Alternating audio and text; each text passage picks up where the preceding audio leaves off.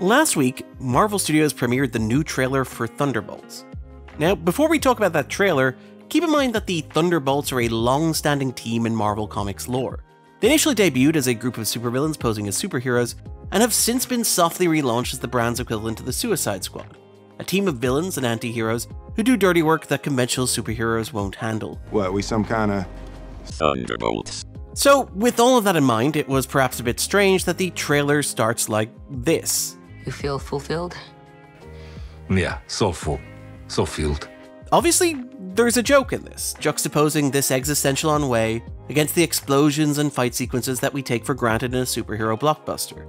However, it's also something of a recurring trend in contemporary franchises, which often find characters grappling with their own midlife crises in a way that feels increasingly self-aware. Too old for this shit.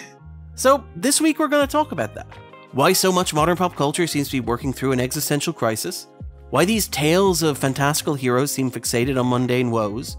We'll be talking relatively broadly, but we'll be citing some specific examples, particularly from the Marvel Cinematic Universe. So you should probably just be aware of that before we get Thunderway.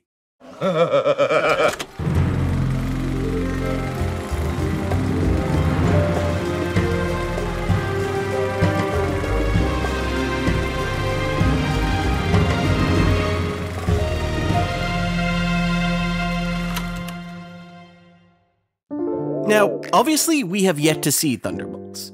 Still, it's an interesting choice to build the marketing for a movie about a superhero Black Ops team around the lack of a spiritual or emotional fulfillment felt by those gods among men. There is something wrong with me. An emptiness. I'm just drifting. Even taken on its own terms, the trailer is part of a larger trend within the Marvel Cinematic Universe. It isn't an aberration or deviation. It feels like the brand is going through something, as the kids might say. And look, it's often very difficult to talk about the Marvel Cinematic Universe in any meaningful or interesting way.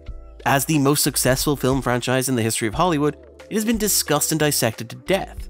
There have been long and involved arguments about the franchise's perceived health or its longevity. There are debates still raging about whether superhero fatigue is real, or about the brand's relationship to larger pop culture. However, what's really interesting and somewhat under-discussed about Marvel's recent output is the extent to which these debates are played out within the text itself. In some ways, it's incidental whether superhero fatigue is a real concern or whether the brand is really in chaos.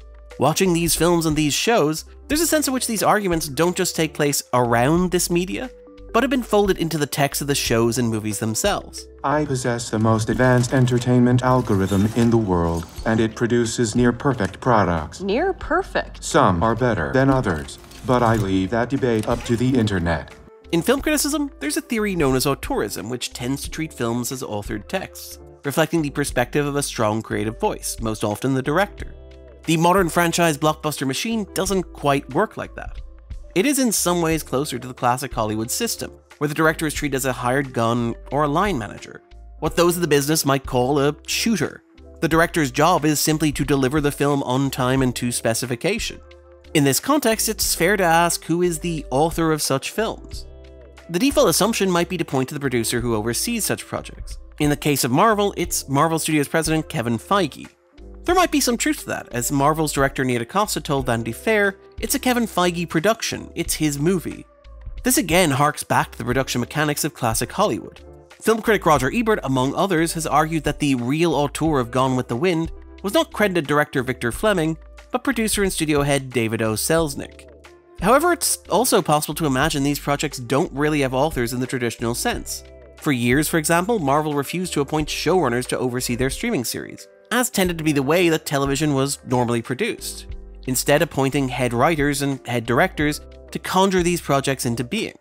As such, it's perhaps possible to argue that there's no real intentionality at play, that the Marvel Cinematic Universe doesn't have a single definable author, so much as a general vibe.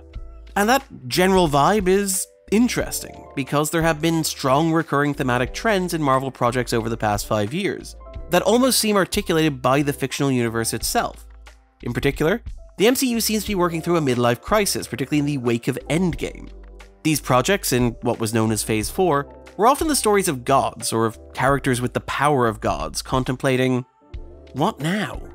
In WandaVision, for example, the superhero Wanda Maximoff desperately wants to settle down and start a family. Wanda, I don't presume to know what you're feeling, but I would like to know.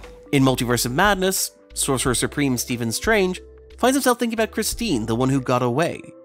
Repeatedly in that movie, characters ask a simple but profound question. Are you happy? In Love and Thunder, Thor struggles to find purpose after his breakup with Jane. All of the bonds that Thor had worn over the years couldn't hide the pain that he was feeling on the inside. In Loki, the title character questions his glorious purpose. What exactly is it that you want? I want you to be honest about why you do what you do. In Eternals, the eponymous heroes grapple with their reason for being. I want you to go out there and live a life for yourselves, not with the purpose you were given. Find your own purpose. The first movie of the company's Phase 5, Quantum Mania, opens with Ant-Man of all characters articulating these questions. Everywhere I go, people ask me the same thing. Scott, what about now?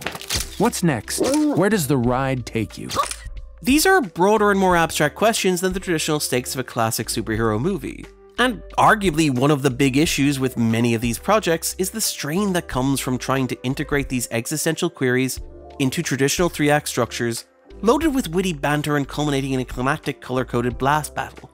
Watching these movies and shows, in which heroes are often set against clones or copies of themselves as the franchise spirals outwards into the multiverse, it can often seem like the cinematic universe itself has become self-aware, wondering why it continues to exist. After all, Avengers Endgame was one of the most successful movies ever made.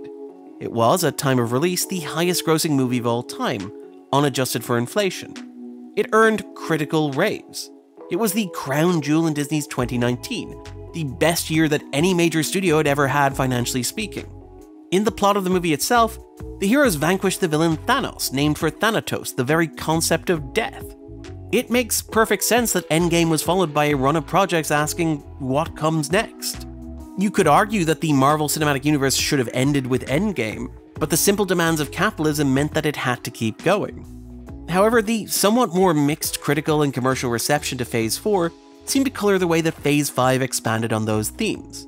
The first streaming series in Phase 5, Secret Invasion, seemed to cast Nick Fury as an avatar of the cinematic universe itself, openly questioning whether things had gone astray since Endgame. You were never the same after the blip. You always told me there is no shame in walking away when the steps are uncertain. So check your footing. However, the fanciful existentialism of Phase 4 had given way to a grim inevitability. What now had been answered by business as usual. There's a strange exhaustion and obligation that permeates Phase 5, as if the entire fictional universe is just marking time until the gigantic 2-part crossover of Doomsday and Secret Wars, and perhaps even the introduction of a new X-Men franchise. The second season of Loki, for example, is in many ways about the idea that, even as reality itself collapses, the characters still have to get up and go to work. Do you think you'll be in tomorrow, though? Yeah. Cool. Guardians of the Galaxy Volume 3 juxtaposes the natural endpoint of Star-Lord's character arc with a direct promise to the audience that the character will return. We promise.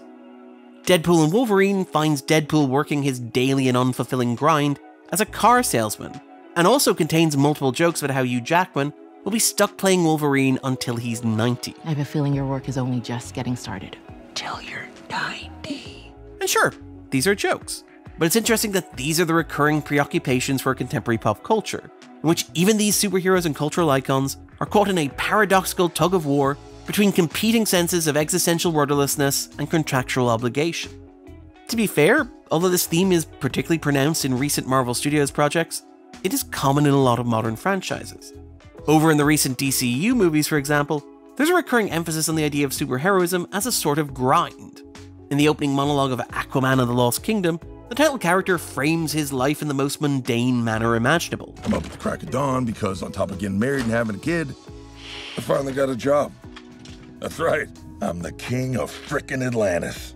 In The Flash, Michael Keaton's Batman is introduced believing that he no longer has a purpose. He doesn't seem fulfilled. You know, they don't really need me. Things have changed. Gotham's now one of the safest cities in the world. The trend even stretches beyond the superhero genre. The recent third season of the Chucky television series, for example, seemed to grapple with the killer doll's lack of fulfillment in his mass-murdering ways. After all the kills and all the thrills, here at the end, I'm not even sure what it was all for. The recent and surprisingly decent streaming series Knuckles followed the title character as he went looking for purpose. With my work complete, what becomes of me? It's strange that so many of these adventure stories have largely abandoned the traditional dynamics like the call to adventure in favor of a more existential set of concerns. Characters for whom the wondrous has become ordinary, and who find themselves searching for a deeper purpose amid these epic stakes and gigantic spectacles. Do you guys ever think about dying?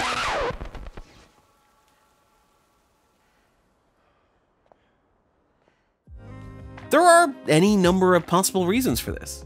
It's possible, for example, that this juxtaposition of the spectacular with the mundane speaks to a generation of audiences who have lived through a particularly turbulent couple of decades.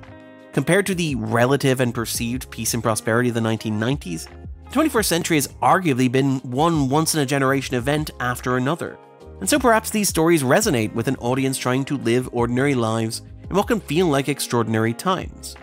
It's also perhaps a reflection of these franchises themselves. In the old days, properties were allowed to rest and go dormant, which gave them time to recharge and reboot. Now, franchises are in effect always on, and so what was once exciting and novel suddenly becomes mundane and routine.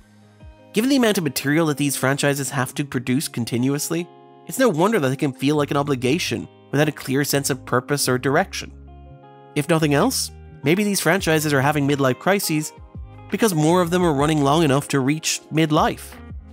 I've been Darren Mooney, and this was The Backdrop.